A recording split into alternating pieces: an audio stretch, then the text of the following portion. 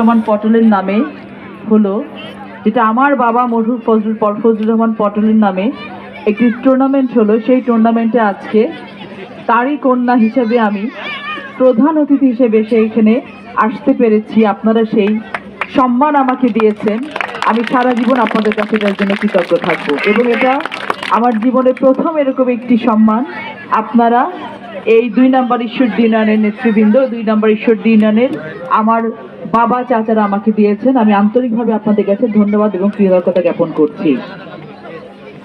আজকে এই টুর্নামেন্টে দুটি দল অংশগ্রহণ করেছে, পার্টিসিপেট করেছে, ভাদুর বটতলা ইয়াং স্টার ক্লাব এবং পাকশি ট্রেনিং সেন্টার। আমি দুটো দলকেই আন্তরিকভাবে অভিনন্দন জানাচ্ছি আপনাদের এই খেলায় অংশগ্রহণ করার জন্য। আমরা আজকে আসলে এই যে খেলাধুলা বা চর্চা, এই বিষয়গুলো বাংলাদেশে বহু বছর ছিল না, এবং আল্লাহর অশেষ রহমতে আমরা সেই সময়টা আবার পেয়েছি, আমরা সেই পরিবেশটা আবার পেয়েছি যে আমরা আমাদের মতো করে আমাদের দেশে আমরা আমাদের সকল ধরনের অধিকারের চর্চা আমরা করতে পারবো।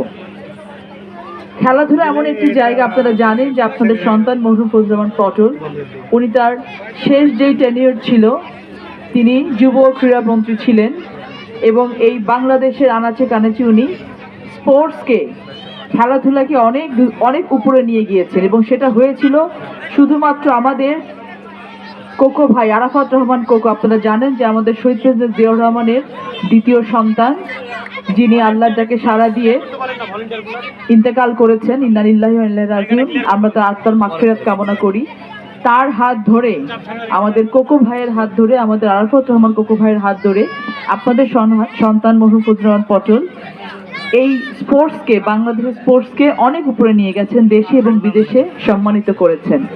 আমার চেষ্টা থাকবে যে ভবিষ্যতে যেন লালপুর বাগাতিপাড়াকে স্পোর্টসের বিভিন্ন সেক্টরে, ক্রিকেট হোক, ফুটবল হোক, আমাদের জাতীয় খেলা হোক, সব ধরনের ব্যাডমিন্টন হোক, মহিলাদের ফুটবল টুর্নামেন্ট হোক, এই জায়গাগুলোতে যেন আমরা পার্টিসিপেট করার অনেক বেশি সুযোগ পেতে পারি, সেই ব্যবস্থা করা, এবং জাতীয় পর্যায়ে খেলাধুলাগুলোকে নিয়ে যাওয়া, শুধু জাতীয় না আন্তর্জাতিক পর্যায়ে নিয়ে যাওয়ার ব্যবস্থা করা।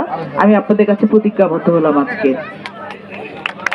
আজকে আমি কিছু কথা বলতে চাই, যেহেতু আমি একজন রাজনৈতিক ব্যক্তিত্ব। আপনারা জানেন যে আমি সামনে যে জাতীয় নির্বাচন 2026 সালের ফেব্রুয়ারির 12 তারিখে, সেই নির্বাচনে আমি ধানের শীষের একজন মনোনয়ন প্রত্যাশী। কিন্তু আমি এখানে আপনাদের কাছে আজকে ধানের শীষের ভোট চাইবো না, বা ধানের শীষের বিষয়ে কোনো কথা বলবো না। আমি সামগ্রিক কিছু কথা বলতে চাই। আমরা বাংলাদেশকে এগিয়ে নিয়ে যেতে চাই সবাই মিলেই তো।